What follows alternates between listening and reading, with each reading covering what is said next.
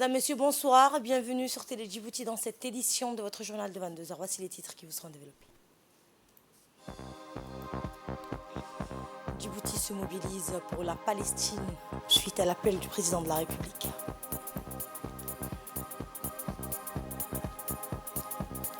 Et au moins 195 morts dans un camp selon l'organisation des Nations Unies.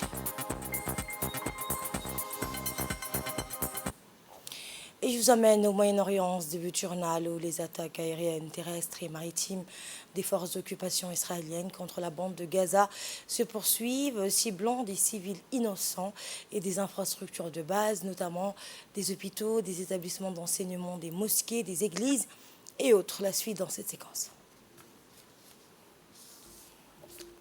Palestiniens, les attaques aériennes, terrestres et maritimes des forces d'occupation israéliennes contre la bande de Gaza se poursuivent, ciblant des civils innocents et des infrastructures de base, notamment des hôpitaux, des établissements d'enseignement, des mosquées, des églises et d'autres. En ce qui concerne les victimes des horribles massacres commis par les forces israéliennes, le nombre de morts est passé à plus de 8800 personnes, dont plus de 3640 enfants et 2290 femmes, tandis que le nombre de blessés a atteint 22 219. Les autorités de Gaza ont déclaré avoir reçu 2030 signalements de personnes disparues parmi les décombres, dont 1120 enfants. Ainsi, le nombre de victimes augmente jour et nuit et le cercle de destruction laissé par l'agression s'élargit, ce qui pousse de plus en plus de personnes déplacées de force.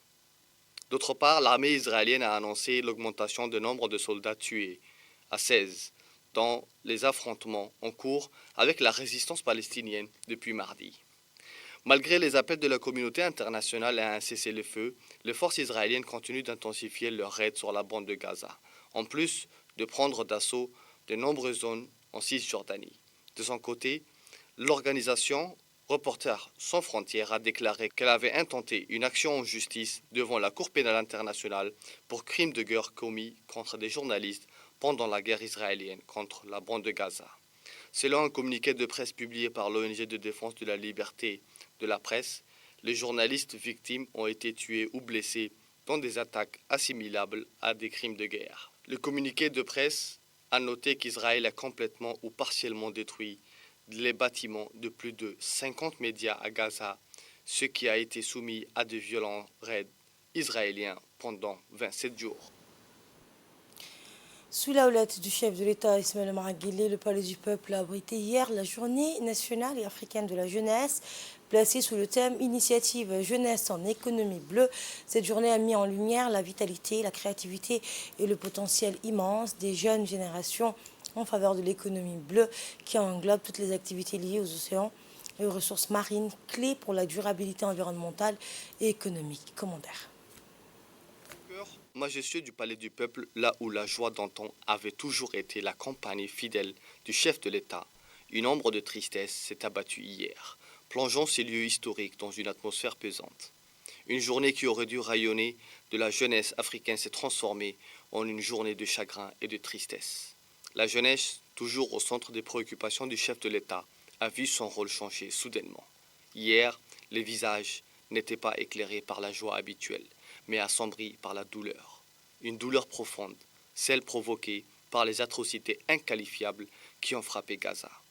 Dans cet environnement solennel et émotionnel, le chef de l'État a mis de côté son rôle habituel pour se consacrer à une tâche plus sombre, plus lourde de sens. La souffrance et le crime contre l'humanité qui touchent nos frères et sœurs palestiniens de Gaza sont devenus la principale préoccupation.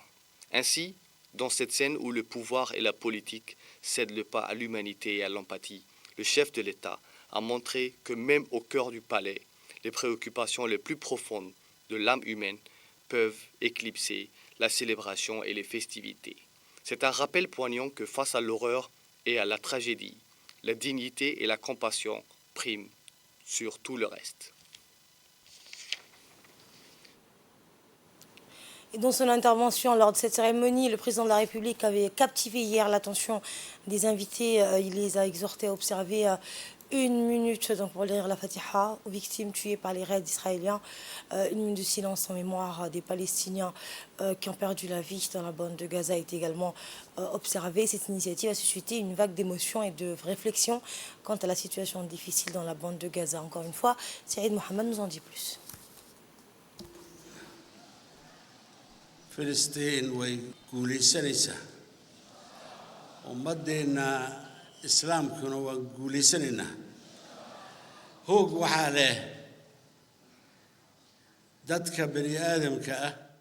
Le président a entamé son discours en évoquant avec éloquence le peuple palestinien qui ont été les victimes du raid impitoyable mené par les forces israéliennes. Dès les premiers instants, il a affiché sa conviction indéfectible en la victoire de la Palestine et du monde musulman, lorsqu'il a condamné avec fermeté les bombardements brutaux et les massacres qui ont décimé des milliers d'innocents palestiniens. Chaque mot était imprégné d'une détermination inébranlable.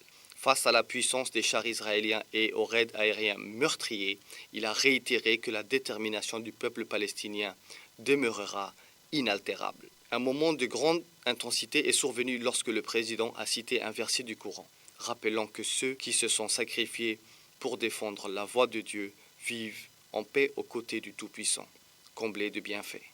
Le discours a également mis en exergue l'incroyable résilience du peuple palestinien, qui a tenu bon pendant plus de 7 décennies. Il n'a jamais flanché, il ne pliera jamais face à l'oppression. Les vies humaines perdues ont été qualifiées de tragédie incommensurable, une cruauté à laquelle il est temps de mettre un terme. Il n'a jamais flanché, il ne pliera jamais face à l'oppression.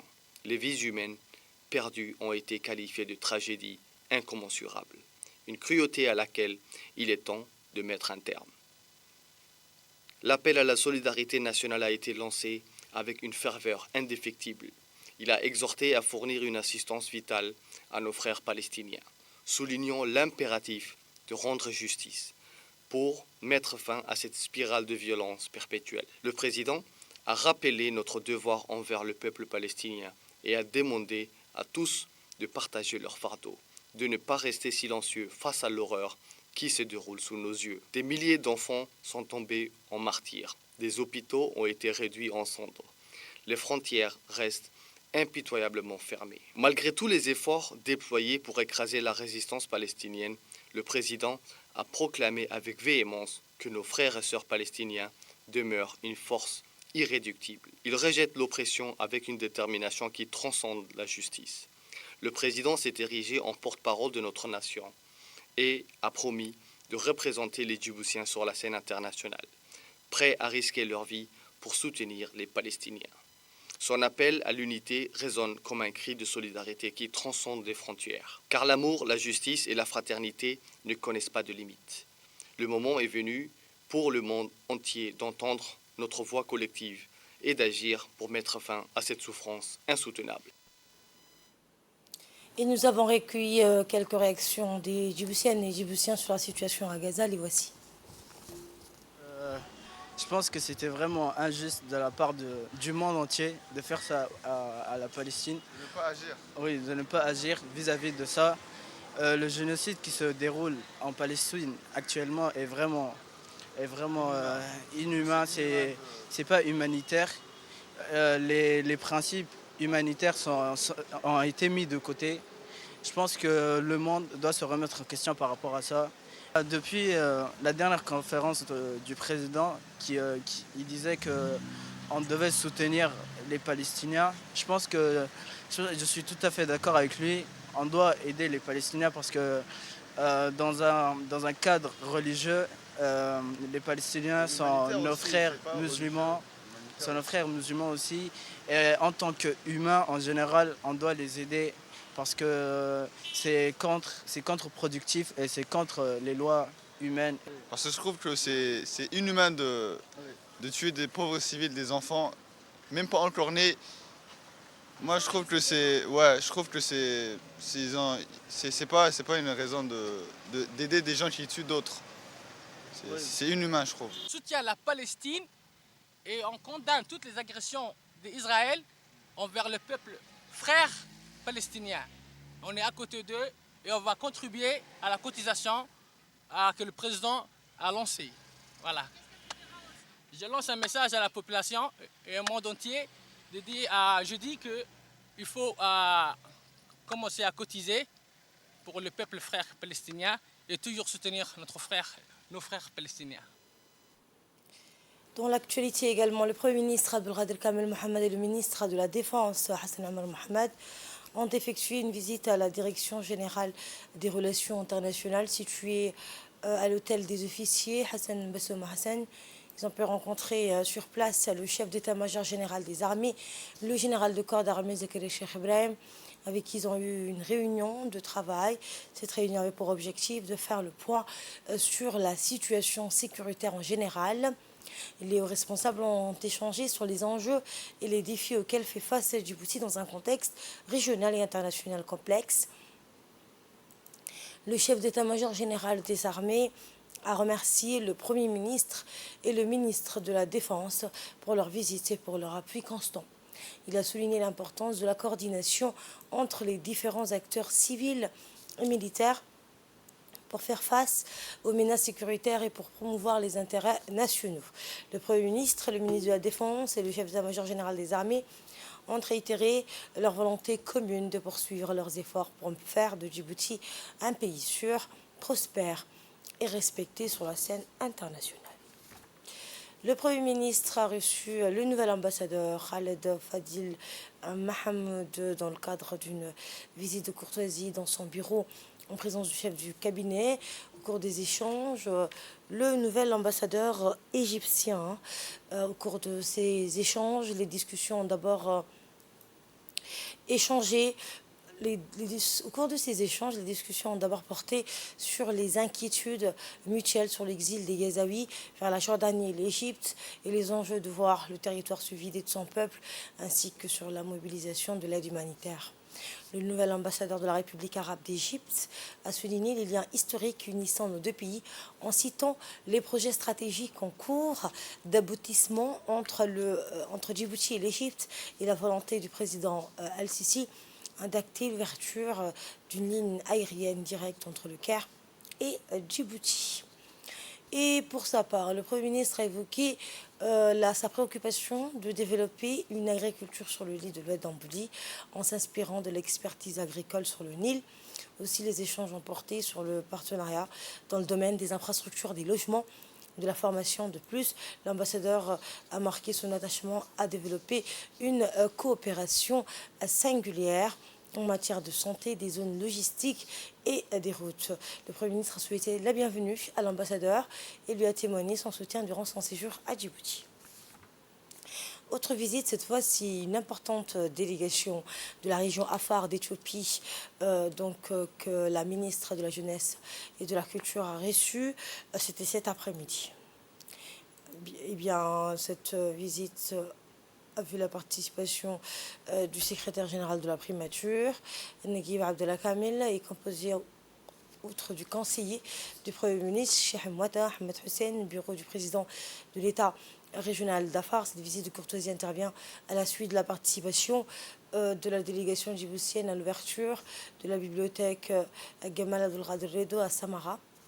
La discussion a essentiellement porté sur la mise en place d'un cadre de travail conjoint pour la réalisation d'un festival culturel régional, ainsi que l'inscription d'un certain nombre de projets communs au patrimoine immatériel de l'UNESCO.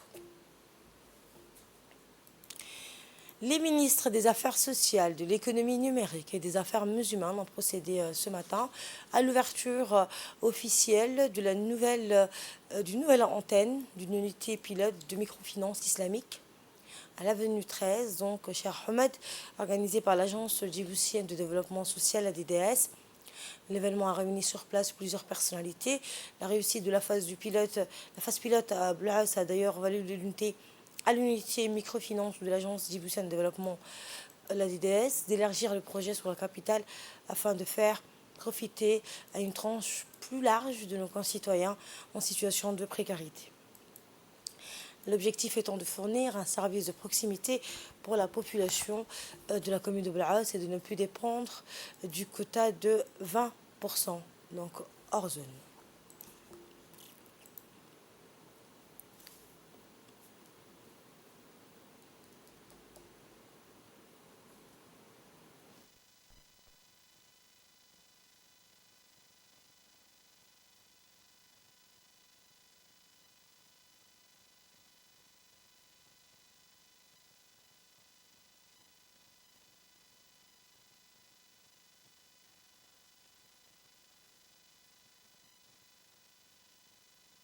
Cette antenne a été créée suite à un premier financement que la BID a accordé à la DDS.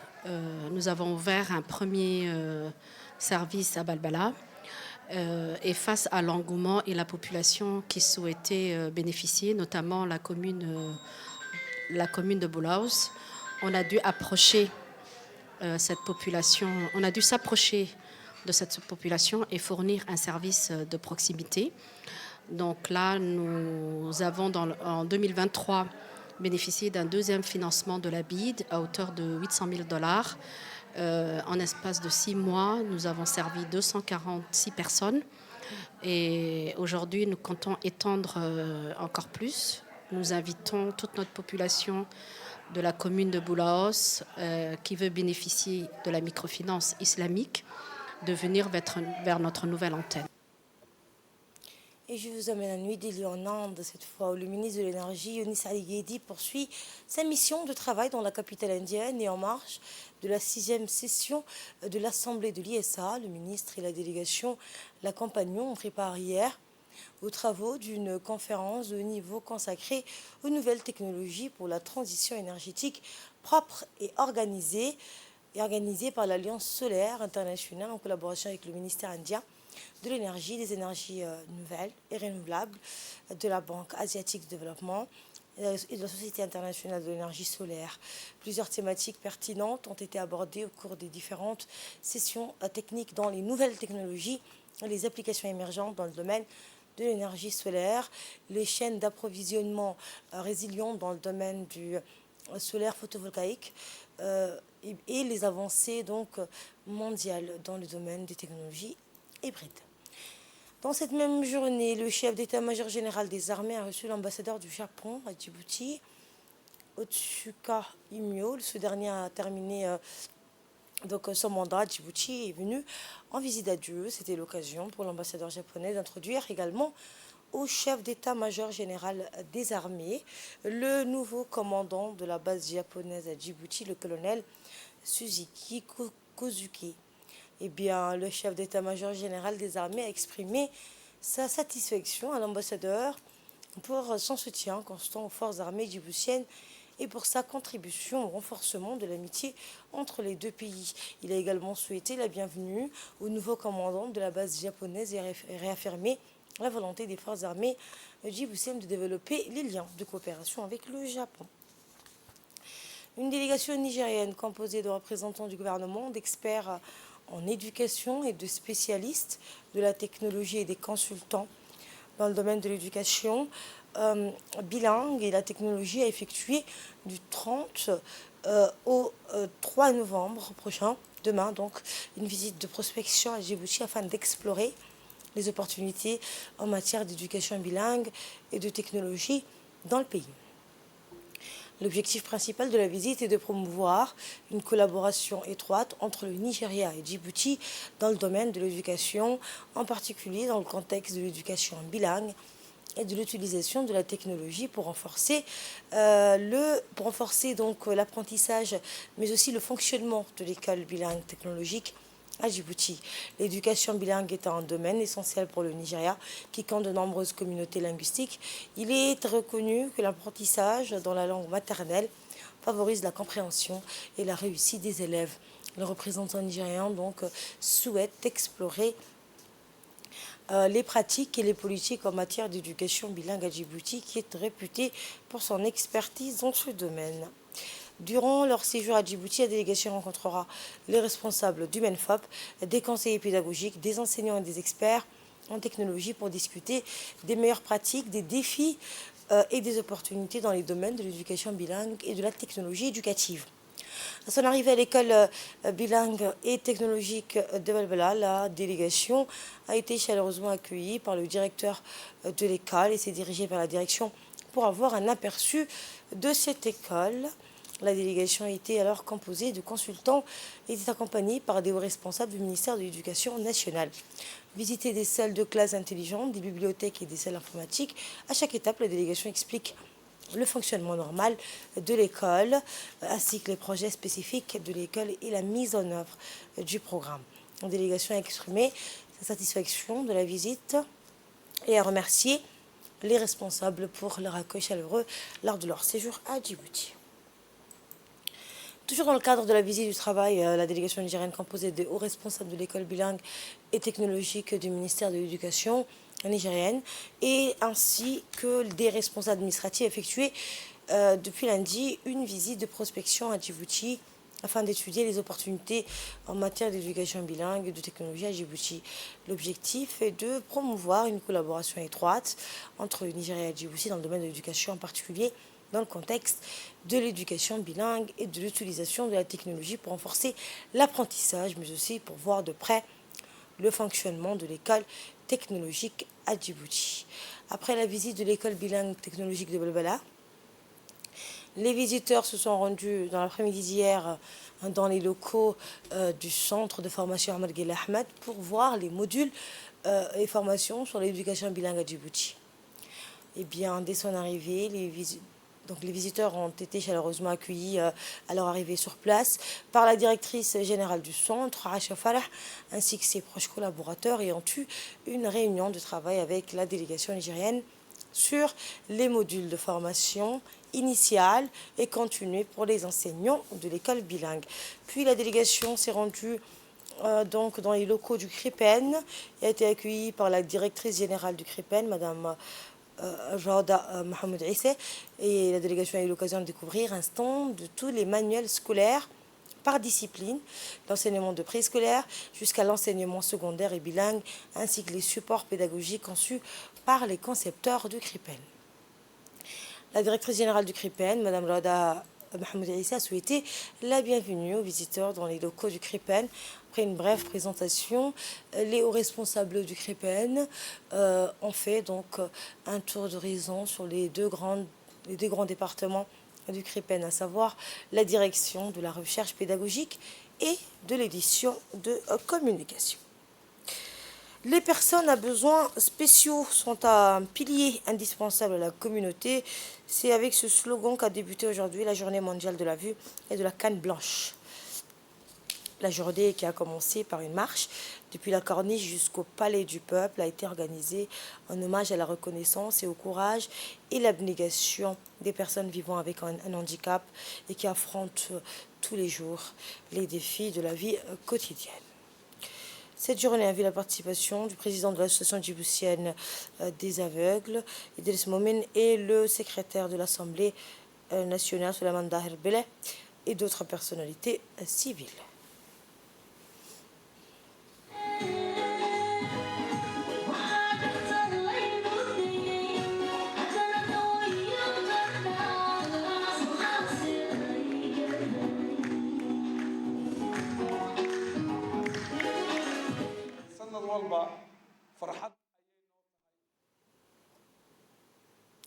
Le stade Goulet a abrité une soirée sportive dédiée aux arts martiaux pratiqués en République de Djibouti. Cette soirée a mobilisé 5 fédérations nationales sportives agréées par le secrétariat d'État chargé des sports et 3 associations sportives des sports de combat reconnues par le département des sports. Cette rencontre sportive dédiée au sport des combats a mobilisé 700 pratiquants et non pratiquants et 200 parents des jeunes pratiquants. Cette approche a permis aux jeunes de découvrir les techniques et gestes spécifiques aux autres arts martiaux. Cette méthode visait à créer chez les sportifs des sports de combat, l'échange des connaissances, la découverte d'autres techniques et de combat et d'autodéfense et l'appartenance à la grande famille des sports de combat.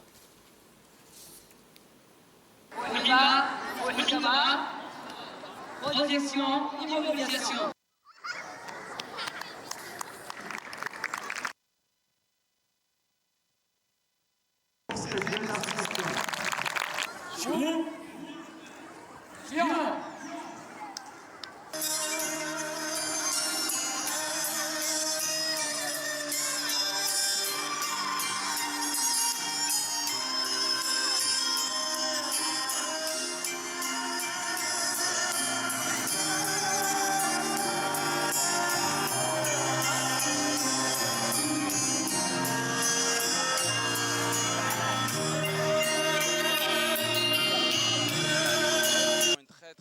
soirée.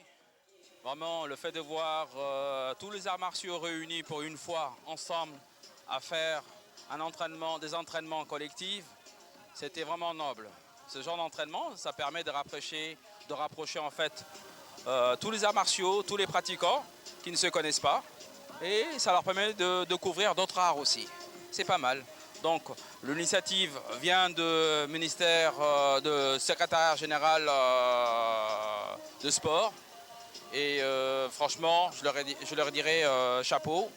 Et j'espère qu'il y aura encore d'autres idées, justement, d'autres entraînements de ce genre.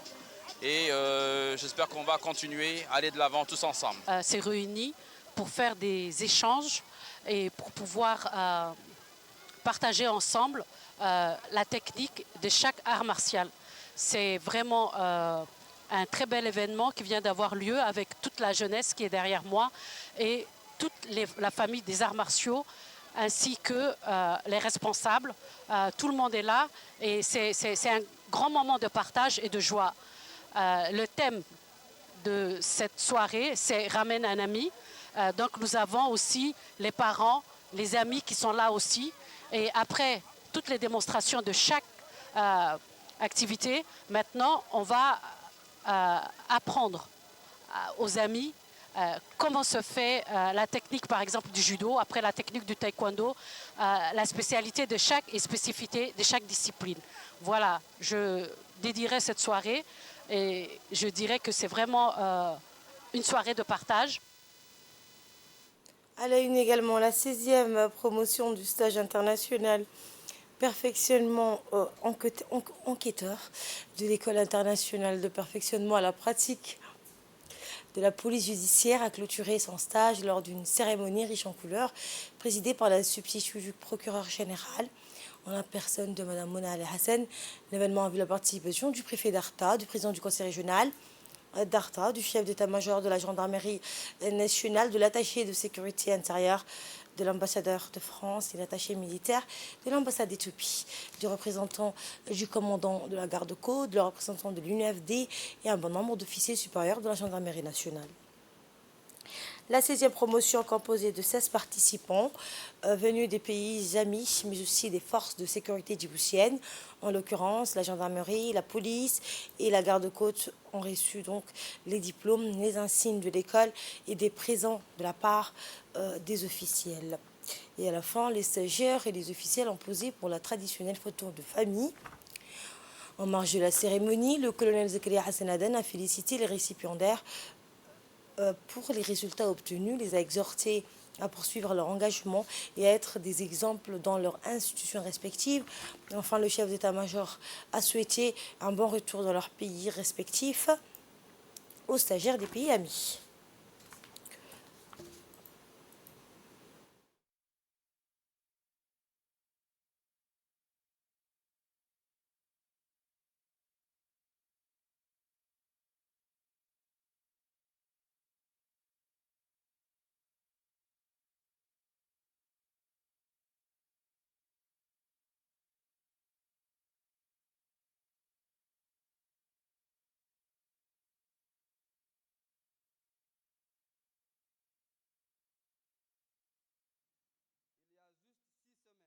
Jour pour jour, nous, 16 stagiaires venant de 8 pays africains, à l'occurrence Bénin, Cameroun, Congo-Brazzaville, Djibouti, pays hôte, Guinée-Conakry, Rwanda, Sénégal, Togo, débutions ici à l'EI 3PZ, ce prestigieux temple du savoir-faire professionnel, fruit de l'amitié et de la coopération franco-djiboutienne, notre stage par le module cybercriminalité pour 6 d'entre nous, suivi du perfectionnement enquêteur pour l'ensemble de la promotion une semaine après.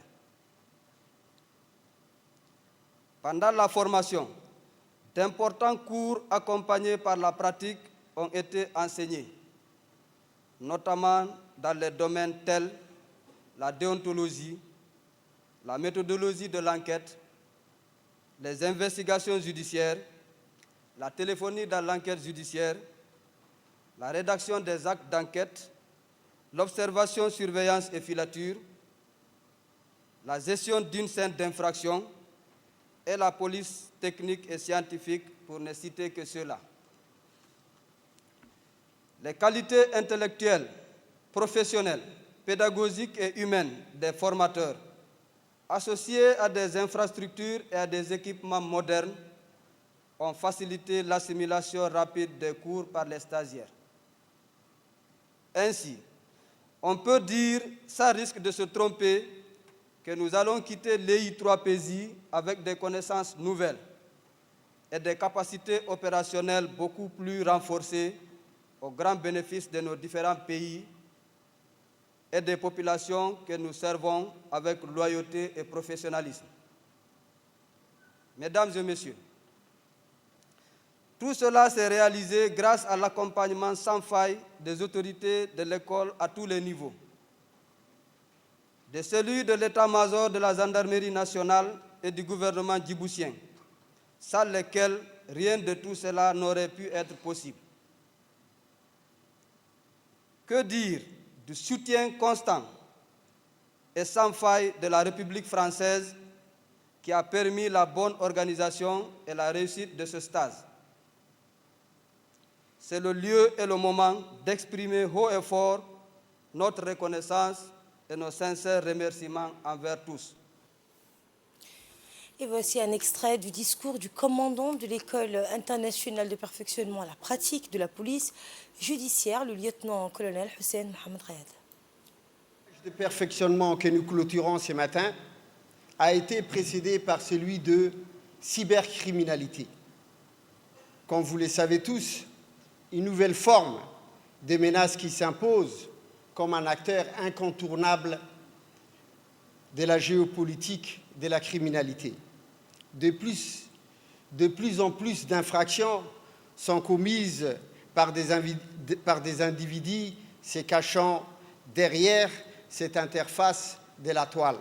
Si je reviens au stage de perfectionnement enquêteur, durant la conception des programmes, une synergie concertante entre la direction des études et la division de la police judiciaire a été instaurée. Ils ont travaillé sur une thématique d'un acte criminel des traite des êtres humains. Les enquêteurs en PJ ont trouvé des supports informatiques à l'issue d'une enquête en cours. Une réquisition a été envoyée sur une clé USB retrouvée et adressée aux enquêteurs Intec pour exploiter et extraire les données numériques, d'où un PV complémentaire d'investigation sur informatique a été réalisé. Les instructeurs de l'EI3PJ ont mis leur effort sur les techniques d'audition et d'investigation criminelle.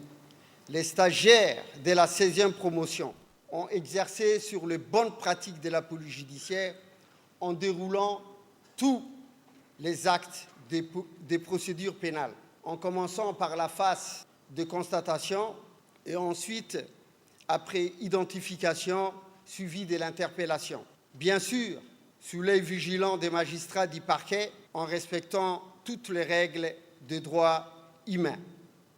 Au colonel Zakaria Hassan Aden, chef d'état-major de la gendarmerie nationale, qui reste l'ultime architecte qui a donné une impulsion sans relâche à ces projets de l'EI3PJ.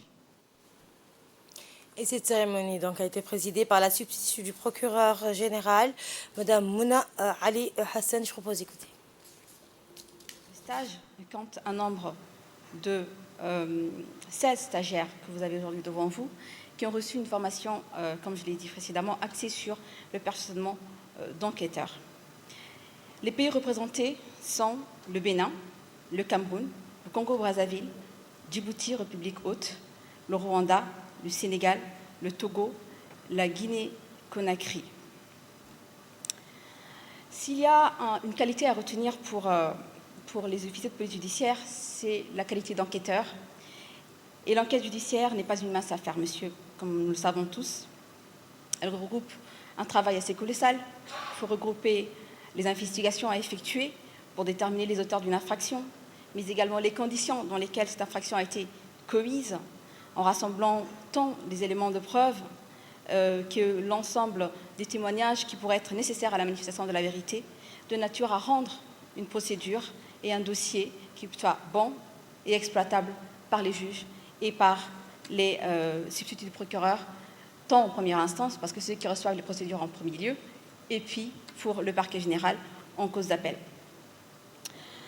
En effet, au cours de cette formation, les stagiaires, récipiendaires de la formation suscitée, ont pu avoir 6 semaines qui ont été chargées en travail et en apprentissage, tant théorique que pratique, puisqu'ils ont effectué des tâches sur des thèmes et des dossiers relevant de la criminalité en cybercriminalité, la cybercriminalité étant une nouvelle forme d'infraction criminelle que nous connaissons à Djibouti depuis très très peu. Je pense que le maximum de dossiers que nous avons eus date d'au moins 2019, donc c'est vraiment une infraction nouvelle. Et pour l'aperfectionnement à l'enquête judiciaire, l'ensemble de la formation a pu acquérir ce perfectionnement avec les formateurs de l'école de la poursuite judiciaire de Cheikh Moussa. Et dans l'actualité internationale, le secrétaire général de l'ONU, Antonio Guterres, s'est dit atterré par les frappes sur le camp de Jabalia, où vivent 116 000 réfugiés dans le nord de la bande de Gaza, ciblés par des bombardements. Mardi et mercredi, le gouvernement du Hamas a annoncé ce jeudi que 195 personnes avaient été tuées dans les 2 bombardements israéliens d'hier et avant-hier. Les victimes du premier et deuxième massacre à Jabalia dépassent le millier entre martyrs et blessés. Le commissariat aux droits de l'homme a estimé hier soir que ces bombardements pourraient constituer des crimes de guerre compte tenu du nombre élevé de victimes civiles et de l'ampleur des destructions. C'est la fin de cette édition. Merci à vous de l'avoir suivi. Je vous souhaite à tous un excellent week-end.